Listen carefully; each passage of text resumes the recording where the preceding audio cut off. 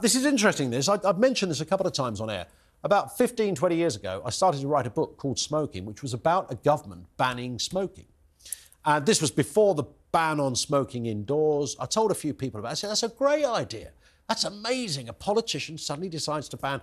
And I just didn't pursue it, like so many projects that we all kind of think. And I thought, looking at it now, here we are. It was quite a prophetic piece from the young Collins.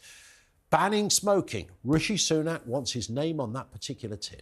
And is it any wonder that people are going from the Tories to reform when we get the Tories preaching, banning, taxing us like this? It's not...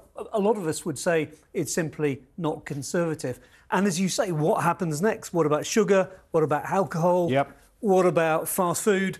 Why not start banning those for people born over 2009 as well? And they've done this in New Zealand, haven't they? Apparently they're rowing back a little bit because it's quite impractical. So what you'd be saying, and obviously there's a lot of people who say, well, my child will never smoke. Well, that's a good thing, right? Of course it's a good thing. But it is kind of interesting that you will be banned forevermore. So you could be a 50-year... My little boy's 10. So he could be a 50-year-old man. Cigarettes are still on sale, but he will not be allowed to buy them.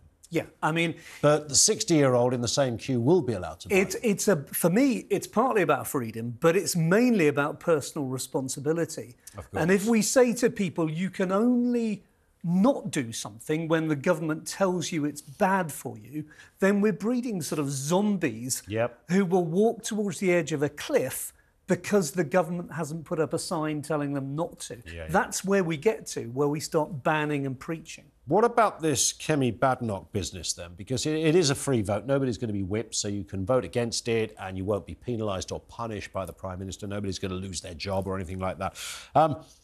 She is being seen as one of 3 or 4 who are likely to take up the mantle of Tory leader in opposition. Is this significant for her? I mean, I doubt whether many people, until us saying it out loud now, were even aware of a smoking ban bill coming into force. It's not had tons of publicity, really. No, it hasn't. I do think it's good for her. I think it puts out the right signals to those who would call themselves true Tories. It is a free vote, so she's not going to lose any political ground, you would imagine, by going against this. And I think she's saying to people, I'm prepared to be my own woman. Good on her for that, I would say. It might well be that. And, do you know, I think the actual wider point here, Robert, is Rishi Sunak wants to leave office with something. He won't be able to say, I sorted immigration. The Rwanda thing did it. He won't be able to say that. He won't be able to look across the room and really claim anything that has his name on it. But he will be able to say that he was the bloke that banned strawberry and banana frappuccino vapes. Indeed. That's the one he wants. The trouble is... 'Twas I that did it. The trouble is that by doing that, he's encouraging more nanny statism. And we already know that Labour are going to bring in teeth-cleaning classes for young kids. What happens next? Nappy-changing classes? Bottom-wiping classes? I think this is where it's going. Yeah, I think there are people who think that schools should be more geared up on all of that stuff. I guess it depends on what age group the nappy-changing takes place for, doesn't it? There's I think, a genuine question there. There is indeed. But I mean, not our age, of course.